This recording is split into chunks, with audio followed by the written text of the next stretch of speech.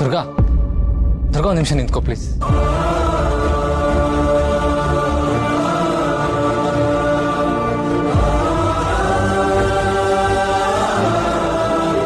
I know Durga, ಇವಾಗ ನಾನು ಹೇಳೋದು ನಿನಗೆ ಸರಿ ಅನ್ನಿಸ್ತಾ ಇರ್ಬೋದು, ಬಟ್ ನನ್ನ ಹತ್ರ ಸಾರಿ ಕೇಳಲೇಬೇಕು. ಅದು ನಾನು ಫ್ಲೋ ಅಲ್ಲಿ ಏನೇನೋ ಮಾತಾಡ್ಬಿಟ್ಟೆ.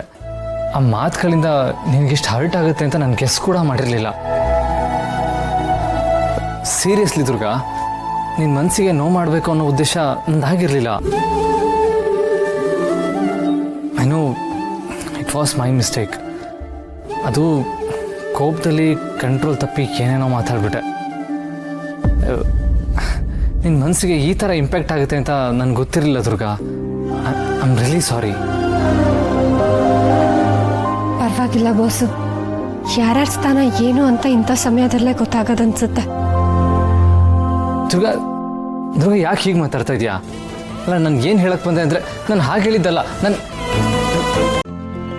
ಹಿಂದೆ ಡೌನ್ಲೋಡ್ ಮಾಡಿ ಮತ್ತು ನಿಮ್ಮ ನೆಚ್ಚಿನ ಶೋಗಳನ್ನು ಆನಂದಿಸಿ.